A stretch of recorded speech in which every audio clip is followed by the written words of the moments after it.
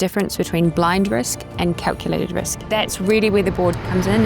When you do bring on institutional investors that know governance more than anyone, they already have an advantage. When you don't have rules in place, you go a little bit freestyle, and then you create precedents that you don't really want.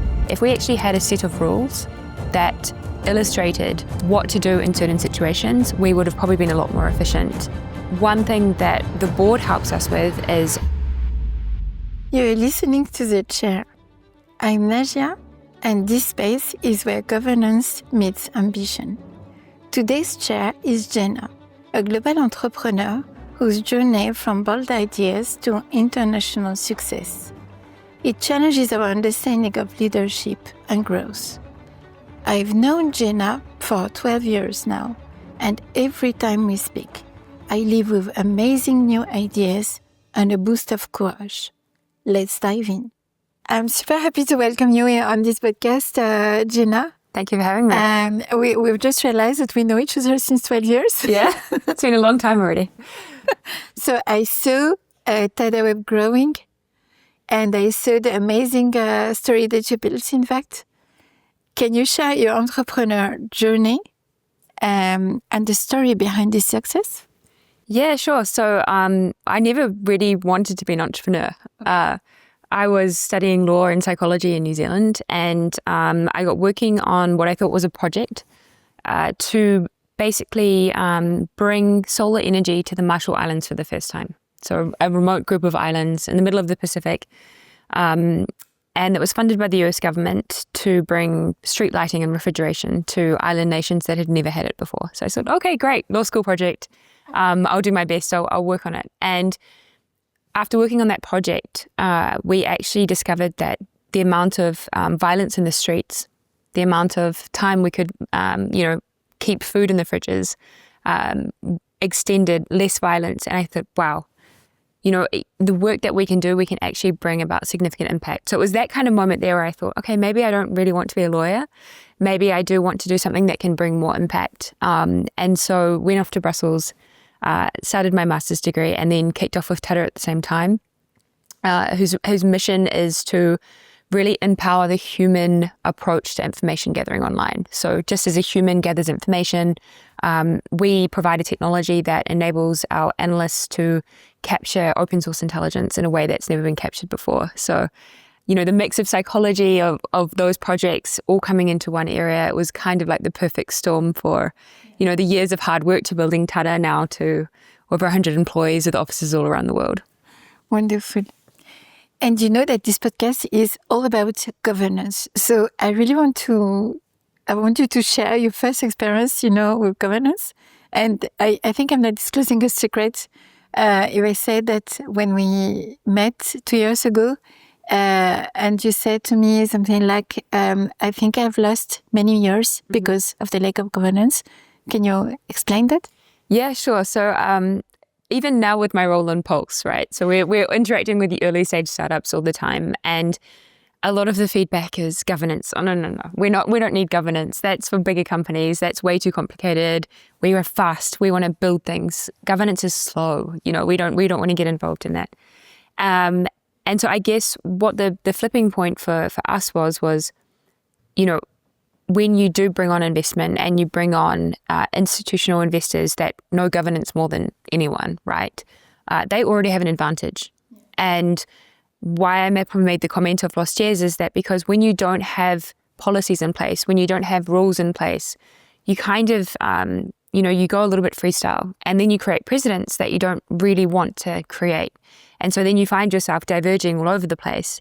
And then in hindsight, you can think back, okay, if we actually had a set of rules that illustrated what to do in certain situations, we would have probably been a lot more efficient in some of our decision making, for sure. Yeah, and discussing, preparing also this interview, we discussed a lot about, the difference in terms of mindset. And I think you are really the right person to explain it. But my feeling is that somehow, innovation, and we have a lot of successful company in US and things like that, compared to Europe.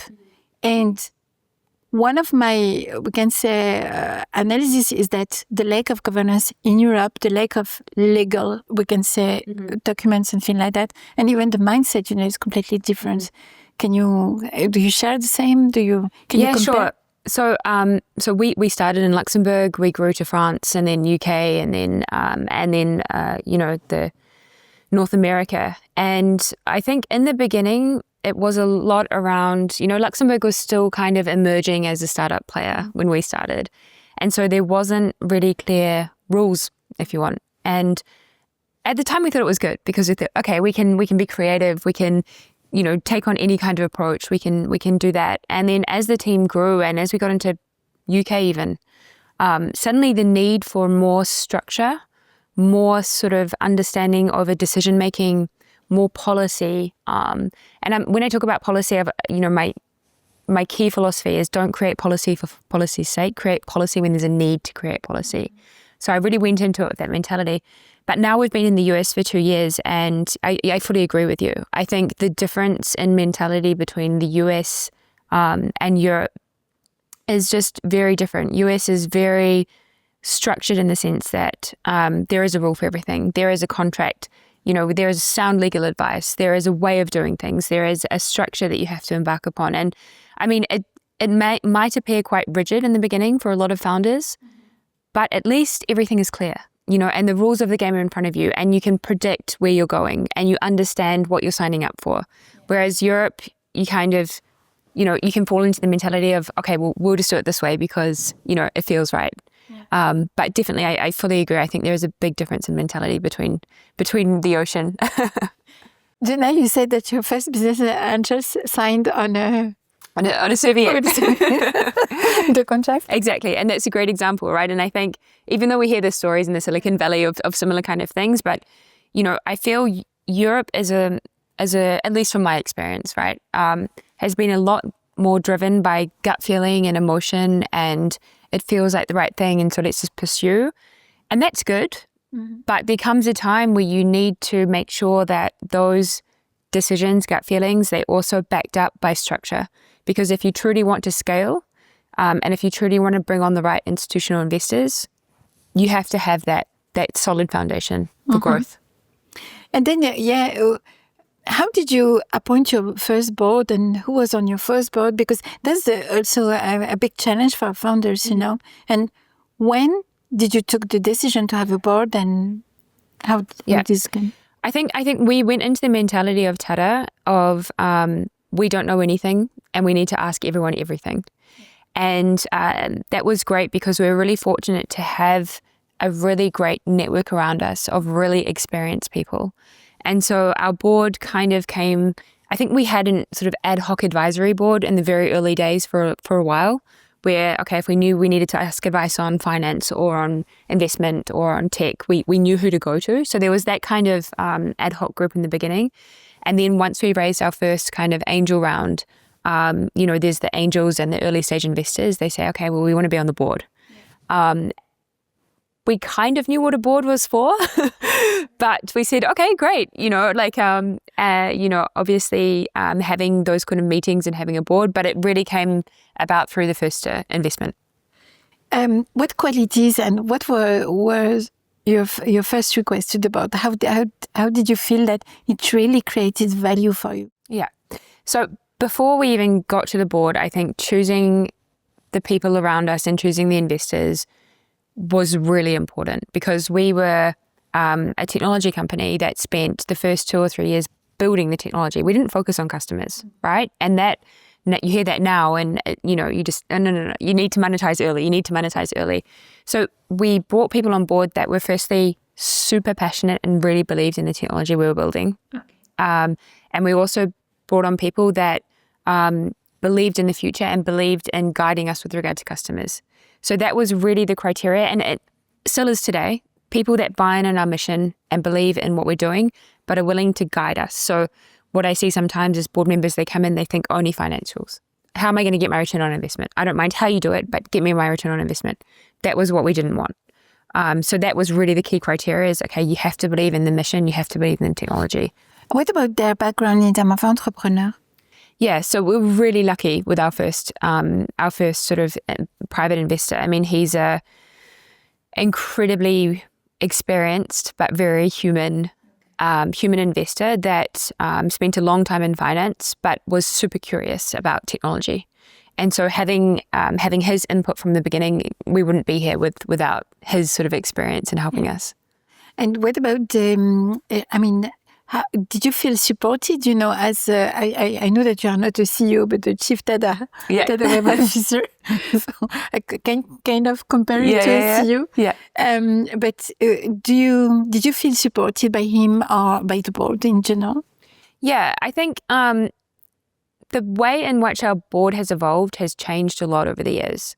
I think in the beginning, everyone was kind of in it, well, this might fail, but it's a really fun investment, And then once we started gaining solid traction and, cash flow positive and significant annual recurring revenue, that's when the game kind of shifted from, okay, I'm going to listen to you on the journey, I'm going to believe in you, I'm going to support you where you can, to, okay, now our role on the board is to actually sit down and think about strategy, actually challenge you as founders, challenge you in the direction that you're going, guide you, say no when you need to say no. And so the transition from being relatively passive to being very strategic really happened once the traction in the company really started to grow. Yeah, without going too much into detail, because we don't want to know all the strategy. I mean, it's not fair to disclose it there, but can you share some positive, we can say, impacts, moment when they said no? Is it when you want to enter into a sector, into an industry? I can give you a great example. So a lot of European companies, they see the US as a big pot of gold, right? Okay, we're going to go to the US, we're going to totally dominate the market, we're going to get all our revenues over there. And I think with Tata, we did things differently in the sense that we took things slow and steady and we really focused on organic growth. So we didn't just straight away go for the big shiny kind of things. We said, okay, we're going to start with France, start with Luxembourg, then France, then UK, then Canada, then US, step by step. And so even I remember 3 or 4 or 5 years ago when we were talking about, okay, is now the right time to enter into the US market? We had really good board discussion around if you enter the US, you have to go in with significant resources. You have to understand what you're doing. You can't just come in as a European company, being a European company in the US. You have to go in with a solid US team, with a really solid value proposition, with a really, really solid, secure, functioning technology and a great team. And so the board really guided us on understanding when was the right time to make that jump. And, hence the reason, a couple of years ago we did an investment and we said, okay, we all agree, now is the time to hit the US hard. And that was a big decision for us that we made in collaboration with the board. So wonderful. So the point is that the board asks you some rationale and prevents you from having this exactly shiny object syndrome. Exactly. Yeah. They made us aware of the impact of, entering into such a big market. You have to be prepared. And, as a European company, you don't always understand what that means. It's nice what you're saying, because the point is that entrepreneurs are known for taking risk. Mm-hmm. Boards are here, to moderate or manage or help into this risk, we can say, risk-taking approach. So how did you find this balance, to not prevent you from innovating, from growing? So I fully agree that you cannot create a startup without risk-taking. Where the board comes in is they have to also be open to risk. The nature of a functioning startup board is people that have a large risk appetite. If not, they wouldn't be in their job. Okay. Now, one thing that the board helps us with is understanding the difference between blind risk and calculated risk. And so when you have all the different components in place, you understand, okay, I know that this is risk, but I've done all of the calculations. I understand all of the implications. I know that in the event that the risk goes too far, then we can use this lever, or we have control over this lever to make sure that the risk is mitigated. And so that's really where the board comes in, as far as, okay, once you start to see this warning signal, then you need to slow down. So, it's managing that risk in a way where you still have control over your situation, but you still know that you're doing something that scares you. And it's really that kind of balancing act that you have to find. And did you put any limits? For example, when it comes to the technology, don't talk to us. Or when it comes to, I don't know what, I mean, this part of the business that you really know, we won't let you enter in. Yeah. So our board for many years was very sort of strong financial backgrounds. And that was great for us because it really helped us understand the world of finance and what metrics matter and everything like that. On the tech side, there was a lot of trust in us and what we were building. You know, the board never came in and said, no, okay, you have to build this feature functionality because this matters. You know, we were really given the freedom to understand what our customers needed and then build accordingly. When it comes to the approach and the strategy, that's when the board really helped us. But you still, as founders, you still need to ensure that you're not suffocated by your board either. You know, they need to, if they want to help you make the right decisions, they have to come from a place of complete understanding and awareness. And if they don't have that, then, you know, they need to say, okay, I don't really understand the implications of this. I'll help you here, but I trust you in this way here. And that's what we found in our board. Have you ever experienced any, I call it aha moment, when the board show you, for example, that there is less margin in something that you are putting a lot of means and more margin when for things that you don't pay attention to? In fact. Absolutely. So as you know, I'm a big psychology junkie, right? Okay. And there's the theory, it's called the sunken cost theory, you know, and I think a few years back we said, okay, we need to expand in Europe. Okay. We need to hit the Nordics, we need to hit here, there and everywhere. And we were super motivated. We just had our investment and we're like, okay, we're gonna go for everywhere. And there are, across multiple different markets, there are some jurisdictions, some countries that are just slower and they think differently. And, you know, the sales cycles are extremely long. And even though they could be really exciting markets, startups are about speed and agility, and you can't wait too long either. You need to understand when to stop. And I think that was definitely a moment when we did sort of an analysis over how much we were investing in different markets. And someone on the board said, listen, you might get this market and it would be great, but it's still in Europe. It's going to cost you a lot of money. And if you invested that money somewhere else, in the US, for example, or in corporate, the return on investment would be significantly faster. And, you know, you can use those resources much better. But because we'd already been trying for so many months, it's a really hard thing to say, okay, we stop. Even though you know there's potential, even though you know that, you know, you will get there. And it was that kind of moment of reflection when the board looks at you and says, listen, it doesn't matter. You've tried it. Okay, it doesn't work. Stop it. Now try this. And it's really hard to do. But it was because of that kind of reflection where we said, okay, yeah, actually the return on investment, it's better over there. Let's do that. Yeah, I use a lot of this. I'm following some founders, and I'm an advisor, and will be soon one of their directors. And I have this discussion, you know, and I compare it, you know, when you are into the situation, it's difficult to make decision. And when you are outside, you know, it's just like a best friend, you know. Exactly. We have cold decision, we have cold reaction. And we have kind of logical. There is no gut into it. Exactly. And we can say, okay, look. And what you can get, that's completely right. I mean, when you're in the middle of it, you can't see, you know, there's a concept of you know, groupthink and small think. It's especially when you have, like my exec team, you know, we're all around the same table, we all discuss the same topics, we all sort of have the same mentality.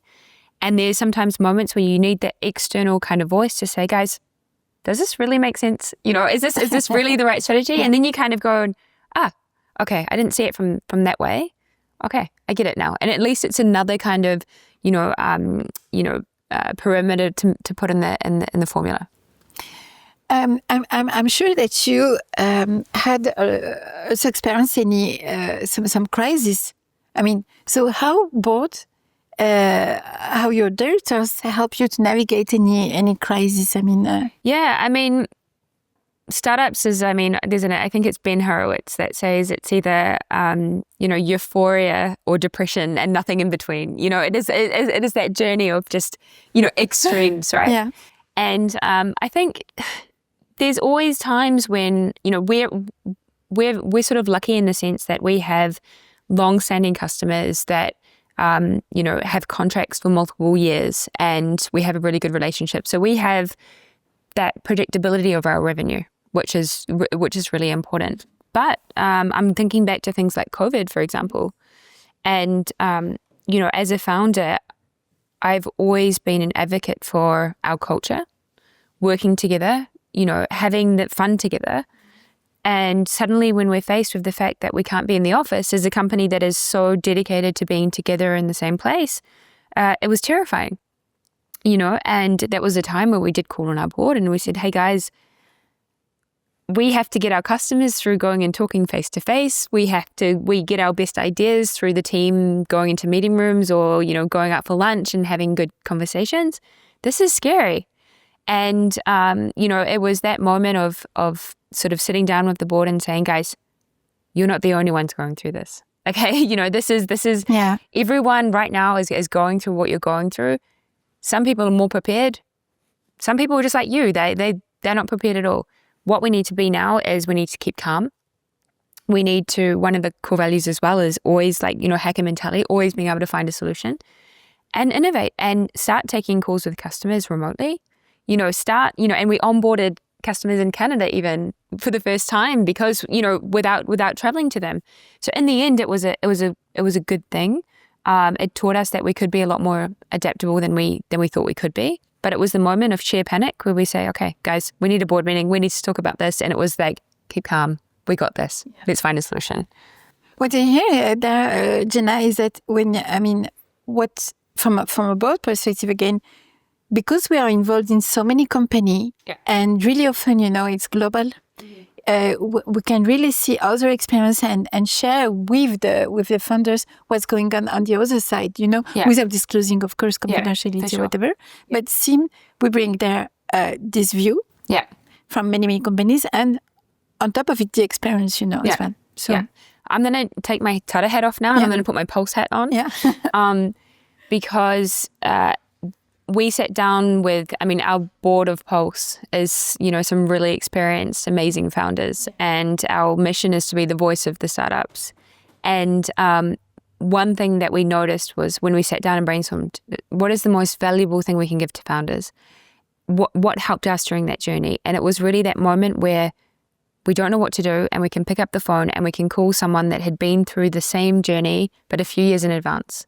Or someone that had been through that same experience. And we could say, for this specific point here, how do I manage it? And that's exactly to your point of as far as when you have, cross-pollination across multiple different areas, there are trends, right, that impact everyone. And there are mistakes that will probably go out the same way. And there are sort of, behaviors and patterns and activities that are standard. And so having that kind of insight across multiple, it's super valuable. I can fully agree with you. I have two questions. So the first one is when it comes to so keep your hat of pearls. Okay. How do you think boards can foster a culture of innovation? What would be your message to them? Because while maintaining accountability and pushing for innovation, how they should approach the startups? Sure. I think true innovation happens, at least from my perspective, right? It happens when you have time to be creative and you have time to sort of think without pressure and stress. And I think some of the startups that we see is that we're talking about, funding last night, dilution, everything like that. And we're saying, do not get debt early on. The amount of pressure, you already probably have a really low salary. You're already giving up your life for this. And I think what investors need to kind of do is, if you want something never seen before, give founders the time, the breathing space, the runway to really focus on innovation and creativity. Don't necessarily put pressure on them straight away to monetize. Don't say, okay, but what is the return on investment going to be? What is the customer user case? I think we absolutely have to think about revenue and monetization. Don't get me wrong. I agree. Business model is critical, but if you want to be innovative, you need to be in the right mindset. You need to have the right people around you. You need to be using the right tools in order to be able to actually think about that moment. It might be in the shower. It might be, it might be anywhere where you have that moment. That's what I need to do. that's going to differentiate us. And so it's just sort of don't be too smothering when it comes to return on investment and monetization. Give them some breathing room to actually innovate. And then when we're looking from a founder's point of view, so now we have a board of advisor. So how do you interact with them? What would be your advice for founders? For the board of advisors? Yeah. And then after for the board of directors. Okay. So for the board of advisors, I think having been through sort of multiple different transitions of what has worked the most for us right now is that each advisor serves a very specific and niche purpose. And so we don't just ask general advice across all of the advisors. We know that, okay, if we have this question, if we have this customer, if we have this subject, this is who we go to. And so that's how a board of advisors works really, really well. We know, and it's great for them as well because they're very busy people and they know that when they get a question about this, they have the answer. So no interaction until you have a question and then you send the question. Yeah. Okay. Or you jump on a call or you have but being really specific about our needs. And what about the board of directors? So for the board of directors, traditionally for us, it's been obviously people that have invested, but we also have an independent director. And, the independent director is really great because, like you said earlier, it's someone that can be, out of that bubble of thought and say, okay, maybe we should actually do this. And so, again, going back to kind of what I said, they have to believe in what we're doing. They have to be inspired to think that they can provide that insight. We don't just want to choose someone from a random domain that has maybe made a lot of money, but doesn't know anything about our market. So they have to understand the market that we're in.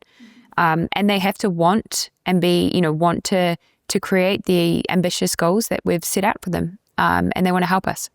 So that's, always goes back to mission for me, the mission of what we're trying to achieve. So yeah, it's great because the independent director are also, are also here to make you aware of what's going on your market, because sometimes the founder is so busy with his own project, with his own vision, with his, we advise founders to fall in love with their problems. Yeah. And so they are so deep into that they may lose the full picture. And then one of the role of the, at least the independent board member is to bring, the value, what's going on in the market, the impact, the economy impact and policies impact, regulation impacts. Did you experience that as well with your board members? Yeah, sure. I think what's also good as well is that when you have a board for a long time, sometimes you need fresh blood as well. You need someone to come in and who sees things differently, who understands, who has that subject matter expertise, that has the insight that maybe you don't have on the board previously. And, I think that's why independent directors can be extremely important because often they don't even have a vested interest as well. They don't have shares in the company. And even just being in that position where they're not making decisions that are purely based on ensuring their return on investment is going to happen, they can provide insight into, okay, this is what I think is best for growing the company, not necessarily my own personal financial return. And that's an element that is really important as well. Oh, wonderful. And what advice would you give to an entrepreneur considering a board role for the first time? Then another perspective, would you see from an entrepreneur going onto a board? Yeah. I think it's brilliant. I think even just, my work through Pulse, also work with the New Zealand government and things like that. I think now's a time where we're entrepreneurs that are in the middle of it, right? We're in the middle of understanding. We're in the middle of building. We're in the middle of going through these journeys. And I think, especially even for well-established companies, that sort of fresh on the beat mentality doesn't exist in their boards. And so even from large corporate boards to banks to insurance to other startups to multiple different areas, I think having someone that has walked the road and been on the entrepreneurial journey can be super valuable for those guys for sure. Yeah. So you mentioned the fresh vision. I think the different way of working. Yeah, and as even if you think about it from the sense of future proofing, having someone that is living and doing it now, understands the market, understands what it means to work from home and all of that kind of thing, you're essentially future-proofing your company for the next foreseeable future. And you see, we discuss a lot. We never pronounce the term governance, but we are talking about governance. So what's the biggest governance lessons you've learned from your journey? Biggest lessons learned is that I shouldn't have been so against it in the beginning. I should have actually understood why it's important before just saying, no, we're a young startup, we're agile, we don't need that kind of thing. I should have spent more time actually understanding what it meant, understanding that governance is here to provide you with the foundations of solid growth. And if I'd maybe learned that a little bit early on and hadn't been so against it, who knows? I mean, I have no regrets in anything, but I think, just having that solid base maybe would have helped us scale a little bit more efficiently. And now time for a piece of advice. So piece of advice for a non-executive director sitting in a startup board. Be flexible. Don't punish founders or teams for mistakes. I think, mistakes are part of the journey. And I think, you have to understand why maybe mistakes have been made. But I think you just have to, advice for the life of a startup is very sort of unpredictable. And as an independent director, if you're wanting to work with a startup and that you don't have that flexible mindset, then it's probably not the right place for you. So that would be the biggest piece of advice. And for the funders hiring down board? Choose wisely. Choose, this is a great opportunity for you to have insight into areas that you might really, really need. It's also important that, to show that you're, like I mentioned earlier, this kind of fresh blood, and it can change the dynamics of the current board. It can bring things to a new level. So just make sure there's a really good feeling between the independent director. Make sure that their ambitions and where their expertise is aligned with where you want to go, and take it as an opportunity to really take your company to the next level. Wonderful. Thanks a lot, Genna. Thank you so much for having me. Great to see you again. Yeah. Thank you.